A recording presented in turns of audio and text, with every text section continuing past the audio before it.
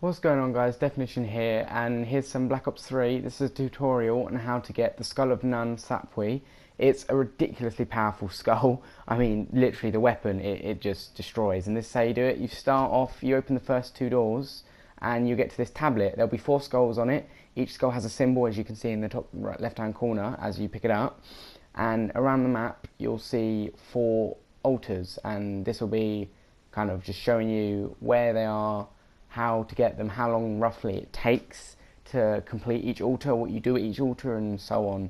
And so each time you pick each game, the symbols on the altars will change, and the symbols will correspond with a symbol on a skull. Like I said, the symbols will change on the altars each time. So you find the right altar. This is the first location, and once you start this, like I suppose portals will appear on the ground, green portals, and zombies will start jumping out of them.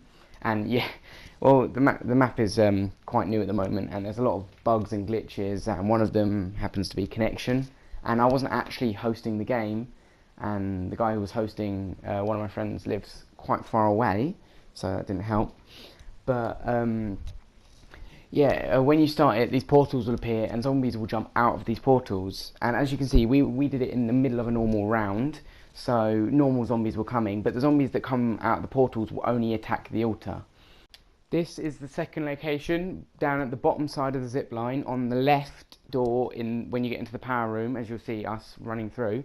As I said before, zombies will not attack you that come for the altar, and if you have a guy holding a zombie or the last spider or last zombie in that round, this will be just so easy for you. The zombies will not attack you, they will just walk straight past you. You can block their way, you can stab them, they won't attack you at all. They will just ignore you and go straight for the altar.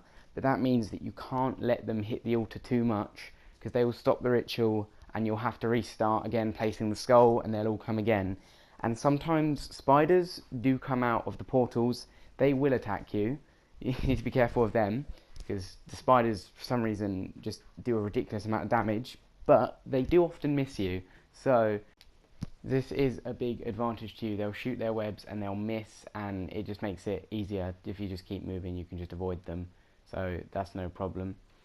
And then obviously don't forget to place your skull back down afterwards.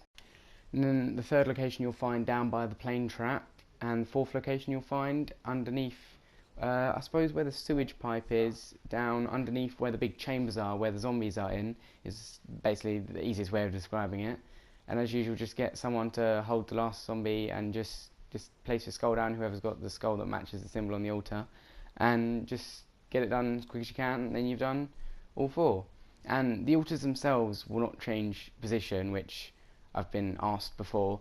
They won't change position, but the symbols obviously will be random. So as long as you know where all the altars are and you can just get a person to pick up each skull, it's not too bad finding the matching symbols, really. But once you've done the final one, just kind of run it back.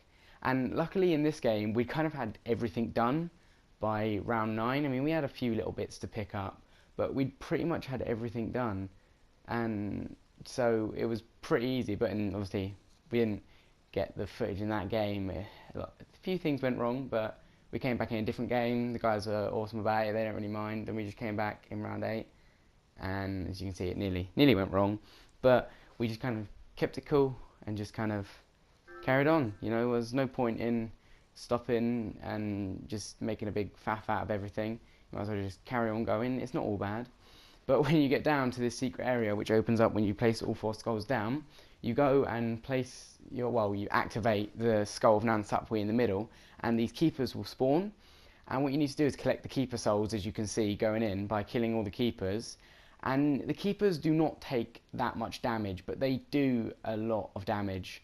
As far as I'm aware, you can just knife them and they'll die pretty quickly, but they do hit you quite badly. And if you get a couple of them, because they spawn quite fast, if you get a couple of them hitting you at once, like what just happened to Josh right there, he nearly went down. If a couple of them hit you, you are in a serious trouble. You go very red very fast. So just try and avoid that. But apart from that, just kind of I wouldn't say have 4 guys in here, actually. I'd say the less of you that there is, as long as there's like a minimum of 2 of you, but not all 4 of you, you should be fine. and once you've killed them all, they all disappear once you've killed enough, and you can just go pick up the skull like that. And this skull is very powerful. There are 2 attacks, holding down R2 which vaporizes them, and L2 which stuns them. Thanks for watching, guys. I hope you enjoyed, and I'll see you guys in the next one. Don't forget to subscribe.